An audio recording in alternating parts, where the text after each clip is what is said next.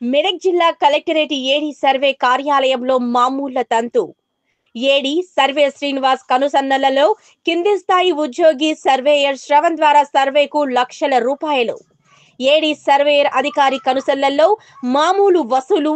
ఫిబ్రవరి 7 సాయంత్రం చిక్కిన చిత్రం.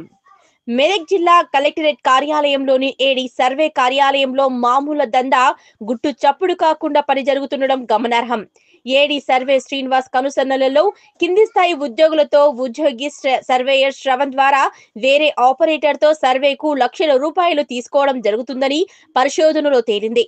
మెదక్ జిల్లాలోని తూప్రాన్ డివిజన్, నర్సాపూర్ డివిజన్లలో లక్షల రూపాయలు వసూలు చేసినట్టు విశ్వసనీయ సమాచారం.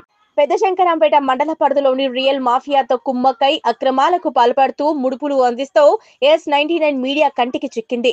మెదక్ జిల్లాలోని పలు మండలాల్లో మెదక్ ఏడీ సర్వే రియల్ మాఫియాతో చేసిన అక్రమాలపై మరిన్ని కథనాలతో ముందుకు వస్తోంది.